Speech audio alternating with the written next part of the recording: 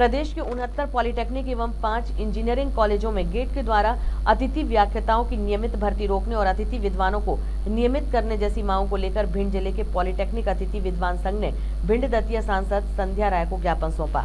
Polytechnic अतिथि विद्वान संघ के पूर्व प्रदेश अध्यक्ष सुधीर शर्मा के नेतृत्व में सभी अतिथि विद्वानों ने सांसद संध्या राय से मुलाकात कर अपनी मांगों को लेकर ज्ञापन दिया।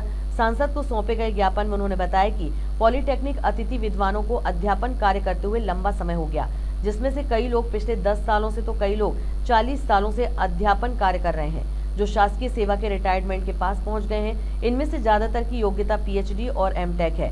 इनके द्वारा ही विभाग के शिक्षण, प्रायोगिक प्रवेश प्रक्रिया और शासन की योजनाओं के क्रियान्वयन के कार्य किए जाते हैं। उसके बाद भी उनको नियमित नहीं किया गया और न ही उनको 12 माह का फिक्स वेतन दिया जा रहा है, जबकि उच्च शिक्षा मंत्री इंदर सिंह परमार के द्वारा 12 महीने तक नियमित 50,000 रुपए फिक्स वेतन दिए जाने का प्रस्ताव कैबिनेट बैठक के लिए तैयार कर भेज चुके हैं। लेकिन अब सरकार के द्वारा अतिथि विद्वानों की भर्ती को गेट के माध्यम से कराने का निर्णय लिया गया है, जबकि इस तरह भर्ती करने पर इंदौर हाईकोर्ट का स्थगन आदेश है और प्रकरण प्रचलन में है।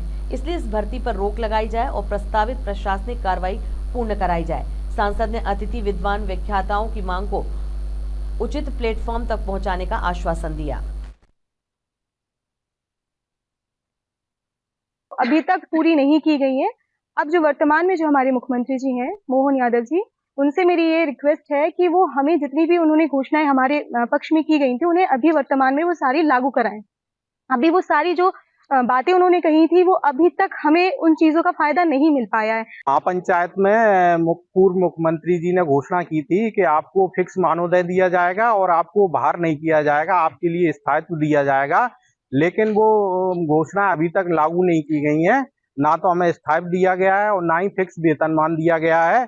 और अभी वर्तमान में गेट भर्ती का विज्ञापन भी निकाल दिया है शासन ने, और जिनके कारण के उन पर भर्ती जो हो जाएंगी उसके बाद हमको बाहर निकाल दिया जाएगा। तो हमारी जो 10 साल 20 साल की जो सेवा है उसको बिल्कुल शून्य कर दिया जा रहा है और वहाँ पे उस पर मतलब कोई हमें बेनिफिट भी नहीं दिया जा रहा है। कि जैसे उच्च शिक्षा में तो मतलब फिर भी फॉलन आउट के नियम है, लेकिन पॉलिटेक्निक कॉलेजों में फॉलन आउट का नियम भी नहीं है। किसी व्याख्याता विगत 18 वर्षों से पॉलिटेक्निक कॉलेज में निरंतर अपनी सेवाएं दे रहे हैं और हमारी सेवा काल में कई प्राचार्यों को हमने बदलते हुए देखा है और सभी के द्वारा हमारे कार्य एवं व्यवहार को हमेशा सराहा गया है।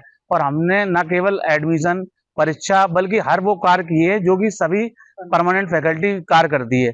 पॉलिटेक्निक कॉलेज के अतिथि व्याख्याता इस संबंध में ज्ञापन दे रहे हैं कि हम लोग यहाँ करीब कोई 10 वर्ष हो गए, किसी को कोई 15 वर्ष, किसी कोई 20 वर्ष से कार्यरत है, 18 वर्ष से। हम लोगों की माननीय पूर्व मुख्यमंत्री श्री शिवराज सिंह चौहान ने ये घोषणा की थी कि जो अतिथि व्याख्याता है उनको, जो कार्यरत अतिथि व्याख्याता है उनको हटाया नहीं जाएगा।